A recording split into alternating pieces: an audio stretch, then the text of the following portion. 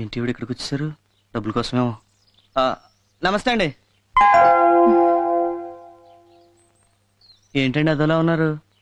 అబ్బే అదేం లేదండి. మీకు ఇష్టం లేకపోతే చెప్పొద్దులేండి. మీకు రెంట్ కడితే ఉండటానికి ఇల్లుంది. నాకు ఇల్లున్నా అందులో నాకు చోటు లేదు. మీరు ఎవరూ లేని అనాథ, నేను అందరూ ఉన్న అనాథని. సారీ పల్లవి గారు. నాకేం చెయ్యాలో అర్థం కావడం లేదు. హ్యాపీగా పెళ్లి చేసుకోండి, అప్పుడు మీకు ఈ బాధలను తొలగిపోతాయి. పెళ్ళా? అవునండి, మీకు మంచి అందం ఉంది, దానికి తోడు జాబ్ ఉంది, మీకు తప్పకుండా మంచి మొగుడు వస్తాడండి. అంత అదృష్టం నాకుందని నేను అనుకోను. ఇది అదృష్టం కాదండి, మీ మంచితనం. ముక్కు మొహం తెలియని నన్ను కాపాడి ఎన్నోసార్లు నా అవసరాలు కాదుకొని జీవితం విలువేంటో తెలిపారు. చెప్తే కొంచెం ఎక్కువగా ఉంటది కానండి, నాకే కనుక ఉద్యోగం ఉండుంటే మిమ్మల్ని మా ఇంటికి తీసుకెళ్లి నా ఖర్చులతో మీకు పెళ్లి చేసేవాడండి. నా మీద మీకున్న అభిమానానికి థ్యాంక్స్ అండి. ఒక్క అభిమానం ఏంటండి, మీరంటే ఇష్టం, ప్రేమ కూడా ఉన్నాయి. ప్రేమ? అవునండి, ఇద్దరం కష్టాల్లో ఉన్నాం, కలిసి బతకొచ్చు కదా. ఎలాగూ మీ చైన్ ఇచ్చారు, చేతి గాజులు కూడా ఇచ్చారు, దాంతోపాటు మీ చిటికెన వేలు కూడా ఇస్తే.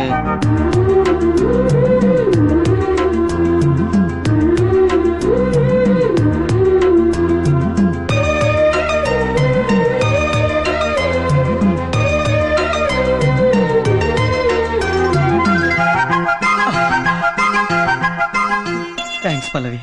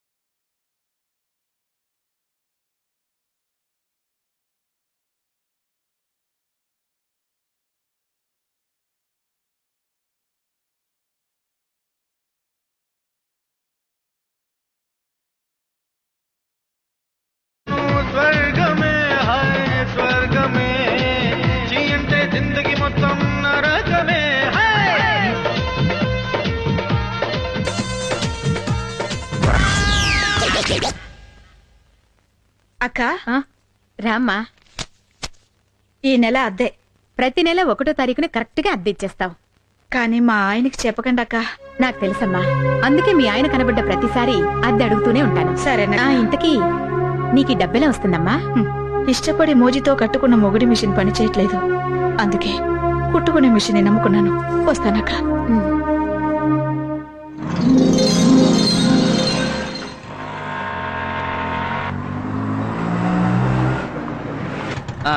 ఇదే ఇల్లు. ఆపి.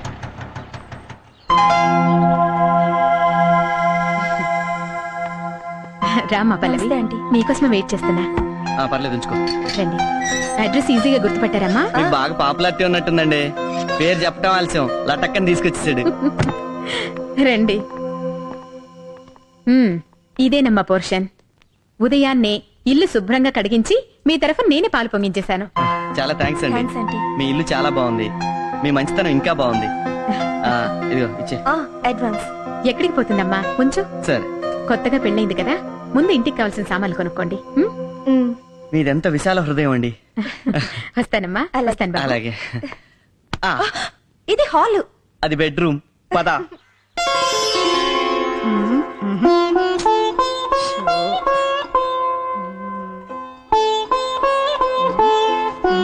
ఏంటక్క ఆలోచిస్తున్నావు? ఏ ముగ్గు వేస్తామని? ఇందులో ఆలోచించడానికి ఏముంది? ఏదో ఒకటి వే. ఏదో ఒకటి వేసే స్వేచ్ఛ నాకెక్కడ ఉందమ్మా. మొన్న నేను చిలక ముగ్గు వేస్తుంటే ఏంటే ఈ చిలక? అవునండి. ఎలా ఉందండి? చాలా బాగుంది, బ్రహ్మాండంగా ఉంది. ఎవడేమన్నాడు ఈ ముగ్గు నిన్ను? ఎవరు వేయమనలేదండి. ఎవరు వేయమనలేదండి. ఎవరు వేయమనకుండా నేను ఒక్కదానివే వేసే ఇండిపెండెంట్ డెసిషన్స్ తీసుకుంటున్నావు అన్నమాట. ఏంటి మాట్లాడమే? సతీ సావిత్రి కట్టింగ్ లేవుక చిలక ముగ్గేసి చిలకలాగా ఎవరితో ఎగిరిపోదాం అనుకున్నావా? అయ్యో, ఏంటండి మీరు అనేది? ఇది చాలా అన్యాయం అక్క. నిన్నటికి నిన్న గులాబీ ముగ్గు వేస్తే సూపర్. గులాబీ పువ్వు బ్రహ్మాండంగా వేసావే. ఎవరు నేర్పాడా నీకు? మా బామ్మ. బామ్మ అంటే మీ అమ్మకి అమ్మ అన్నమాట. నువ్వు చిన్నప్పుడు ఉగ్గు పాలతోనే నేర్చుకున్నావే మొగోడిని ముగ్గులేసి ముగ్గులోకి లాగటం. ఏంటండి మీరు అనేది? ఏంటా ఈ గులాబీ ముగ్గేసి ఏ జిలేబీ గాడిని ముగ్గులోకి లాగుదాం అనుకున్నావు? ఎవరండి ఆయన? అంటే ఏంటి ఆడి పేరు కూడా చెప్పాలని పేరు కూడా చెప్పాలని నేను తప్పేస్తాను. ఎవడేవాడు చెప్పు, చెప్పవే. నిన్ను వదలను నేను. చెప్పు, చెప్పవే. ఏది ఇది? అయినా ఇలాంటి అనుమాన పక్షిని నువ్వెలా పెళ్లి చేసుకున్నావు అక్క? అదో పెద్ద ఫ్లాష్ బ్యాక్. నేను 2 ముక్కల్లో చెప్తాను, వినేసి వెళ్ళిపో. నేను లాల్ బహదూర్ స్టేడియం ఎదురుగా ఎస్టీడీ బూత్ లో పనిచేసేదాన్ని. ఈ పొట్టోడు రోజు క్రికెట్ కిట్ లో పట్టుకుని లోపలికి బయటికి తిరుగుతుండేవాడు. అంతేకాదు అజారుద్దీన్, లక్ష్మణ్ ఇద్దరితో నవ్వుతూ మాట్లాడేవారు. ఒకసారి ఇండియా పాకిస్తాన్ వన్డే మ్యాచ్ జరిగితే చూడాలని సర్దా వేసి ఇతన్ని టికెట్లు అడిగాను. పెవిలియన్ లో ప్లేయర్స్ పక్కనే ఫ్రీగా కూర్చోబెట్టి కాఫీ టీ కూడా ఇచ్చారు. తర్వాత ఐ లవ్ యూ అన్నారు. ఇతనేదో పొడి చేసే ప్లేయర్ అనుకుని నేను ఐ లవ్ యూ అనేసి పెళ్లి చేసుకున్నా. తర్వాత తెలిసింది ఈడో క్యాంటీన్ లో కాఫీ టీ అమ్ముకునేవాడని. అయ్యో, ఎంతగా మోసపోయావు అక్క. గుడ్ మార్నింగ్ అక్క. Good morning. నా పేరు పల్లవి. నిన్ననే మీ ఎదురింట్లో దిగాం. మీ ఇద్దరి గురించి శ్రీకన్య ఆంటీ చెప్పారు. అలాగా? కొత్తగా పెళ్ళైందమ్మా? అవునక్క. జాగ్రత్త. దేనికక్క? ముగ్గు వేసేటప్పుడు ఏ ముగ్గు మీ ఆయనకి ఇష్టమో ముందు తెలుసుకుని వేయమ్మా. పల్లవి, పల్లవి, కాఫీ పెట్టాను, వేణీలు కాశాను, పళ్ళ పని కూరగాయలు కూడా వచ్చా. అక్క, మా ఆయన చందు. నమస్కారం అండి. నమస్కారం అండి. హలో. ఏం బాబు, కాఫీ నువ్వే పడతావా? నేనే పెడతానమ్మా. బాబు, కూరగాయలు కూడా నువ్వే కోస్తావా? వంట కూడా నేనే చేస్తానమ్మా. విన్నావా, వంట కూడా వాడే చేస్తాడంట. వాడ కాదమ్మా, నేను. సారీ. It's okay. ఇందులో అంత ఆశ్చర్యమేముంది? మొగుడు పెళ్ళాలన్నాక ఒకరికొకరు తోడు నీడుగా ఉండాలి. పిలిచారండి? ఏంటే గొంతు చించుకొని పిలుస్తుంటే బయట ఏం చేస్తున్నావు నువ్వు? వాకిట్లో ముగ్గేస్తున్నానండి. అంటే లోపల మందు కొడుతున్నాననే కదా నీ అభిప్రాయం? ఏమండి, ముగ్గుకి పెగ్గుకి ఏమన్నా సంబంధం ఉందా? తాగినప్పుడు నేను చెప్తున్నాను నాకు ఈ దరిద్రుడు వద్దని. అయ్యో, తప్పునానా, అలా చెప్పకూడదు. మనకు టీవీ నచ్చకపోయినా మార్చుకోవచ్చు, పాలోడు పేపర్ లోడు నచ్చకపోయినా తీసేయొచ్చు. కానీ నచ్చినా నచ్చకపోయినా డాడీని మాత్రం మార్చుకోలేమమ్మా. అంటే ఏంటని ఉద్దేశం? ఇండైరెక్ట్ గా నేరుగా నీకు నచ్చలేదని చెప్తున్నట్టుగా? అయ్యో, ఇండైరెక్ట్ గా చెప్పడం లేదండి. అంటే నేరుగానే చెప్తున్నావు అనమాట. నీకు ఈ మధ్య నోరు పెగులుతుంది. మొగుడంటే లెక్కలేంతనం ఏర్పడింది. మొగుడంటే ఎలా ఉండాలో ఆ ఎదురింటి కుర్రాడిని చూసి కొంచెం నేర్చుకోండి. ఏంటి, ఆ ఎదురింటి కుర్రాన్ని చూసి మొగుడు ఎలా ఉండాలో నేను నేర్చుకోవాలా? ఎంత మాట నావే. ఇంకెందుకు నాకీ బతుకు? ఎక్కడికండి? ఇంత మాట అన్నాక ఏ మొగుడైనా ఎక్కడికి వెళ్తాడే? బార్కి. ఛీ, మీరు మారండి. ఎందుకు మారాలే? ఎందుకు మారాలి? నేనేమైనా మిడ్ నైట్ మసాలా చూసి నిన్ను సిమ్రాన్ లాగా చీర కట్టమన్నానా? ముంతాజ్ లాగా మిడ్డీలు వేయమన్నానా? కరిష్మా లాగా చరిష్మా లేకపోయినా సరే ఆర్తి అగర్వాల్ లాగా ఆరేసుకోమని చెప్పాను. అసలు ఏ మగాడికైనా పెళ్ళాం కన్నా ప్రతి ఆడది అందంగా కనిపిస్తుంటే తాళి కట్టిన పాపానికి మేం మిమ్మల్ని భరిస్తుంటే మీరేంటే వాడెవన్నో చూసి హృతిక్ రోషన్ లాగా బాడీ పెంచండి, రజనీకాంత్ లాగా బీడీ కాల్చండి అని ఎందుకే మా మూడ్ ఆఫ్ చేసి మమ్మల్ని హాఫ్ తాగేలాగా చేస్తారు? బారుకి వెళ్ళడానికి భారీ కన్నా భారీ రీజన్ ఏమన్నా కావాలా? అది- అక్కర్లేదు, వెళ్తానా? కర్మ.